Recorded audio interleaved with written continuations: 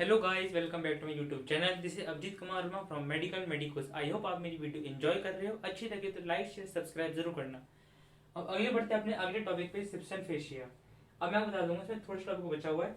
ये है आपका उसके बारे में, क्या बोलते हैं, structure passing through thoracic inlet. मैं उसमें ना जनरल एक्सप्लेन कर दूंगा, आपको याद करना पड़ेगा बुक से, क्योंकि ये बहुत सारे हैं सही में। मैं आपको बता दूँ, तरीका बता दूँ कैसे याद करना है। सिप्सन फेशिया होता क्या है। पहली बात तो इसको हम लोग सुपरा प्लूरल मेम्ब्रेन भी कहते हैं। आपने पढ़ा भी होगा, कई जगह लिखा होगा।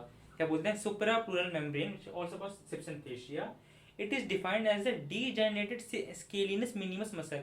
जो स्केलिनस मिनिमस मसल होती थी, उसका डीजेनरेटेड टेंडन, मतलब जब उसका टेंडन डीजेनरेट हो गया तो उसने फिर सिप्सन फेशिया बना लिया। ये ऐसे होते हैं, ये कर देना, ये नेक C7, ये इसको ऐसे यहाँ से कवर करते हैं। मैं दिखा देता हूँ डायग्राम में। ये आपका C7 है, यहाँ से इसका यहाँ तक, ठीक है। और आपका ये था आपका कॉस्टल कार्टिलेज, ये था वो कॉस्टल कार्टिलेज। तो हो क्या रहा है, सुनना ध्यान से। सिप्सन फेशिया का पूछता है अटैचमेंट कहाँ से है। C7 है, या फिर क्या है, इंटरवर्टिब्रल डिस्क। ये है मेरी, ये है आपकी इंटरवर्टिब्रल डिस्क, ठीक है। ये है आपकी इंटरवर्टिब्रल डिस्क। तो ये हो गई आपकी इंटरवर्टिब्रल डिस्क, जो मैं बीच में, ठीक है। या आपको दिखाने के लिए मैं बता भी चुका हूँ इंटरवर्टिब्रल डिस्क है क्या। समझना, तो नीचे प्लेलिस्ट मैंने दे रखा है ऑप्शन सारी वीडियोस का, उसमें ये भी है इंटरवर्टिब्रल डिस्क। या आपके शायद उसमें होंगे, जो लास्ट वीडियो बनाई थी, nucleus pulposus and all that, वो टिपिकल वर्टिब्रा में चेक कर लेना उसमें। अब होता क्या है, इस C7 का ट्रांसफर प्रोसेस है। सेक्शन फेशिया को कहाँ से आ रहा है, C7। अब देखना, बीडीसी लाइन मैच करना। वो ये बोलता है it arises from the C7 का, ये जो ना, ये मैं साइड में से दिखा रहा हूँ। 3D में देखोगे तो ये अच्छे दिखते हैं, ये बाहर की तरफ निकले दिखते हैं। ये 2D में दिखा रहा हूँ मैं आपको। तो ये साइड से निकलता है transfer process. It arises from the transfer process of C7 vertebra to the middle border of the first rib. Middle border of the first rib where it is the costal cartilage. See दिख रहा है ना, middle border क्यों, वो rib के इससे वो इधर है, मतलब मेरे बॉडी के तरफ आ रहा है, मेरे बॉडी के तरफ, मेरे बॉडी के तरफ, middle border of the first rib. तो middle border of the first rib, तो मैं से क्या बोलूंगा, C7 के ट्रांसवर्स से मैंने समझता हूँ इसको, from the C7 transverse process to first rib medial border plus का कॉस्टल कार्टिलेज। अब ये बीडी से मैच कर लेना, वो यही है एग्जैक्ट। अभी करती क्या है, फंक्शन क्या है, इसका फंक्शन क्या आता है, it protects the underline cervical pleura. अब जो सर्वाइकल प्लूरा होता है क्या है, ये आपको पता चलेगा मिडेस्टर्नम में। सर्वाइकल ऐसे 4 प्लूरा होते हैं। मिडेस्टर्नम में क्या, पेरिकार्डियम या प्लूरल, प्लूरल में पता चलेगा, प्लूरल वाले चैप्टर में लंग्स में आएगा, ठीक है। तो ये होता क्या है, ये 4 टाइप के होते हैं। एक तो क्या कहते हैं, कॉस्टल पूरा, सर्वाइकल पूरा, कॉस्टल डायफ्रामेटिक वाला और मिडेशनल, ठीक है। तो 4 पूरा होते हैं, मिडेशनल, डायफ्रामेटिक और सर्वाइकल कॉस्टल। इसको भी हम समझो, बस नाम बता दिया। It protects the underline cervical पूरा। फंक्शन क्या है, प्रोटेक्शन, प्रोटेक्ट्स सर्वाइकल प्लूरा। अगला, it prevents the puffing up of lungs during the intrathoracic respiration. जब हम सांस लेते हैं ना, ऐसे सांस लेते हैं तो हमारा एपेक्स यहाँ पर रहता है। मैं बताऊंगा क्यों एपेक्स यहाँ क्यों होता है, इसका मैंने एक पॉइंट रहेगा, मैं बताऊंगा कहाँ क्यों रहता है। जो एपेक्स ऑफ लंग्स यहाँ रहता है, वो बाहर की तरफ, अभी वो ये ना होता तो क्या होता, जो हमारा एपेक्स ऑफ लंग्स है, ये लंग्स का जो एपेक्स है, एपेक्स मतलब ऐसा करके कोई पार्ट, ये अगर ये वाला पार्ट इसके यहाँ नहीं आ जाता, यहाँ से बाहर नहीं आ जाता, अगर ये वही होता नहीं है, तो ये से बचा के रखता है। मतलब पफिंग अप ऑफ, मतलब ये बाहर ना आ जाए, ये बाहर ना आ जाए, इसलिए इट प्रोटेक्ट्स द, क्या कहते हैं, prevents puffing up of lungs during interthoracic respiration. During, बाकी रेस्पिरेशन शॉर्ट में बीडीसी में शायद इंटरथोरेसिक लिखा हो, या फिर विश्राम सिंह में से इंटरथोरेसिक करके, तो बस रेस्पिरेशन लिख लो, ठीक है। ये इसका फंक्शन है। ये बताना तो पफिंग ऑफ लंग्स कैसे होता है। एक पॉइंट रह गया है कि जो किडनी ना रेनिफॉर्म सिग्नल शेप की थी, कि वर्टिब्रल लेवल ना 1.5 सेंटीमीटर नीचे आता है। मैं बताता हूँ क्या कह रहा हूँ मैं, ऐसे नहीं आएगा। ये आपको ना इसको ऐसे नोट डाउन कर लेना, ये ठीक है। बाकी इसका लगे तो स्क्रीनशॉट ले लो, क्योंकि वो आपका मेन है फंक्शन, उसके 2 वो आपको याद रहना चाहिए सेप्शन फेशिया के। अब पढ़ता हूँ मैं अगले टॉपिक पे कि पफिंग ऑफ लंग्स वाला। अच्छा एक बात बता देता हूँ पहले, होता क्या है, कभी भी हमारे T1 के सामने मैन्युपुलर स्टैंडाई नहीं आता है, याद रखना। उसका रीजन आपने पढ़ा भी होगा बीच में, T1 T2 T3, यहाँ पे आपको करीबन आता है T4, यहाँ पे आपको कहीं आता है मैन्युपुलर स्टैंडाई। फिर वो T4 पे मतलब उसका पूरा लेवल ही T3 से लेके T4 की लोअर मार्जिन तक होता था, करते करते करते T12 तक, ठीक है। अब होता क्या सुनना, कि ये मेरा मान लो कि मैन्युपुलर स्टैंडाई है, प्रॉपर बना देते हैं, ठीक है।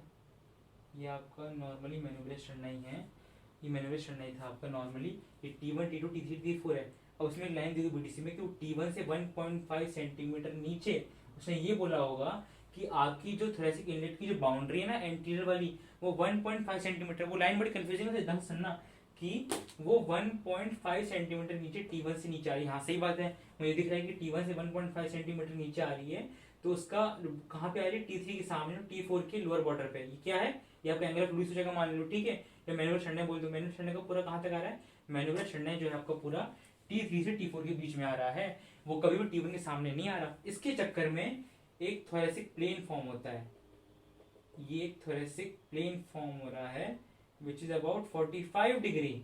और ऐसा क्यों होता है, ये क्वेश्चन आता है ऐसा क्यों होता है, बिकॉज हमारी रिप्स लेटरली होती है। हमारी रिप्स क्या होती है, लेटरली।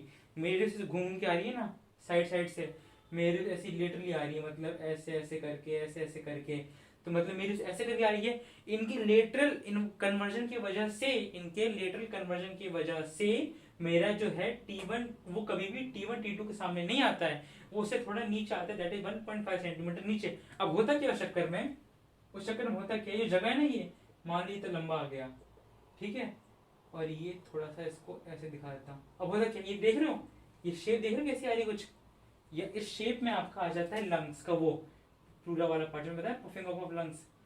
इस चक्कर में ये यहाँ पर ये जो आपका आ रहा है एपेक्स, यहाँ पे जो आपका आ रहा है एपेक्स, तो मैंने बोला था it prevents the puffing up of lungs. क्या बोला, prevents the puffing up of lungs.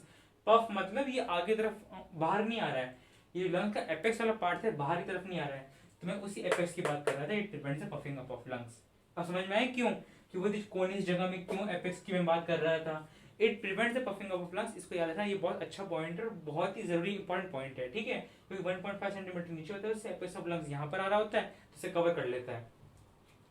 तो ये आपका था इसके बारे में। बाकी यहाँ एक वो है टॉपिक, उसमें याद है structure passing through threshing inlet, ये इंपॉर्टेंट है, इसको याद आप खुद से कर लेना। मैं आपको मेन बता दे रहा हूँ जैसे कैसे कैसे याद करना है। उसमें ये डायग्राम दे रखा है, उसमें इसको ऐसे याद कर लेना कि ये आपका पहले थाइमस आ जाता है, ठीक है, यहाँ आपका थाइमस आ जाता है।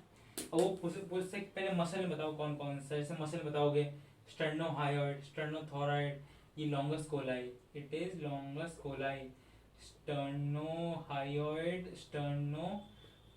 Longus colli, longus colli, longus colli, sternothyroid, sterno. अब सोचो कि ये वर्ड पहले कहाँ आए थे, ये पहले आए थे स्टर्नम में आए थे, जब मैं उनकी एंटीरियर नहीं, जब मैं उनकी पोस्टीरियर बाउंड्री बता रहा था, क्योंकि एंटीरियर तो आपको वो आ गया था ना मैनुफैक्चर ऑफ स्टर्नोक्लिटोमास्टाइड वाला, और नीचे वाले में आया था पेक्टोरलिस मेजर, ठीक है।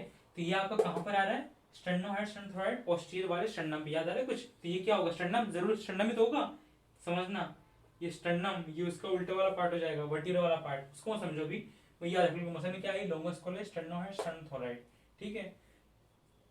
अब आर्टरी की बात करता हूँ। आर्टरी में क्या कहते हैं, हाँ, ये आपका इसोफेगस है, ये आपका ट्रैकिया, उसमें ये भी दिया होगा कि other structure passing through it, उसमें क्या क्या बोलोगे, इसोफेगस डायग्राम से याद करना वरना कभी याद नहीं होगा। इसोफेगस, ट्रैकिया, और ये आपका कह दूंगा मैं एपेक्स ऑफ लंग, मतलब कि हाँ एपेक्स ऑफ लंग। अच्छा एक पॉइंट छूट गया फिशा में, उसमें बताना था क्या क्या कंटेंट पास करते हैं, ठीक है। Apex of lung, oesophagus, trachea, ये सब, और वो नर्व्स में आ जाएगा। नर्व्स आपकी ना, मतलब कि आर्टरी, पहले आर्टरी, आर्टरी में क्या क्या आ जाएगा, ब्राचियोसेफेलिक आर्टरी यहाँ से निकल रही होती है, उसके वो मतलब 3 branches, brachiocephalic, left common carotid, left subclavian, हाँ भाई ये 3 मेन वाले, और एक आध 2 और होंगे उसमें, वो देखना, ठीक है। नर्व्स में क्या क्या होगा, नर्व्स देखना ये हर जगह आएंगी, recurrent laryngeal nerve, phrenic nerve, vagus nerve, sympathetic trunk, ये वाली। बाकी वेन्स में आपका brachiocephalic veins and all that वो आप पढ़ लेना, ठीक है। मैंने आपको मेन बता दी कैसे याद करना है, इसको ये तरीका हो, ये आपका थाइमस है, ये आपका थाइमस है, ठीक है। तो उसको ये मेन बता दिया, ठीक है। अब एक पॉइंट क्या रह गया उसमें, जो आपका सिप्शन फेशिया था ना, सिप्शन फेशिया में ये आपका ये सिप्शन फेशिया है, ठीक है। ये आपका सर्वाइकल पूरा और ये एपेक्स ऑफ लंग्स, यहाँ पे सबक्लेवियन आर्टरी, यहाँ पे सबक्लेवियन वेन और यहाँ पे फर्स्ट रिब भी आती है, ऐसा कुछ है। तो इसमें कहते हैं कि सिप्शन फेशिया के ऊपर क्या आ रहा है, सुपीरियर में, ये इसका सुपीरियर पार्ट है, ये इसका इंफीरियर पार्ट है। तो ये आपका इंफीरियर में क्या क्या आ जाएगा, ये आपका सर्वाइकल प्लूरा, ये आपका क्या है सर्वाइकल प्लूरा, ये आपका क्या है सबक्लेवियन आर्टरी, ये है आपका सबक्लेवियन वेन, सबक्लेवियन आर्टरी। और फर्स्ट रिब भी आती है, मेरे ख्याल से चेक करना है कि फर्स्ट रिब आती है, फर्स्ट रिब मेरे ख्याल से आती है, ठीक है। और हाँ एक और apex of lung, apex of root lung, apex of lung, apex of lung. तो ये ऐसे ऐसे करके पॉइंट है, इनको नोट डाउन कर लो, ये बहुत इंपॉर्टेंट पॉइंट है, ठीक है। ये आएगा, ये आएगा कि इसके ऊपर क्या आता है, नीचे क्या आता है, इट इज सिप्शन फेशिया, ठीक है, इट इज सिप्शन फेशिया, ठीक है।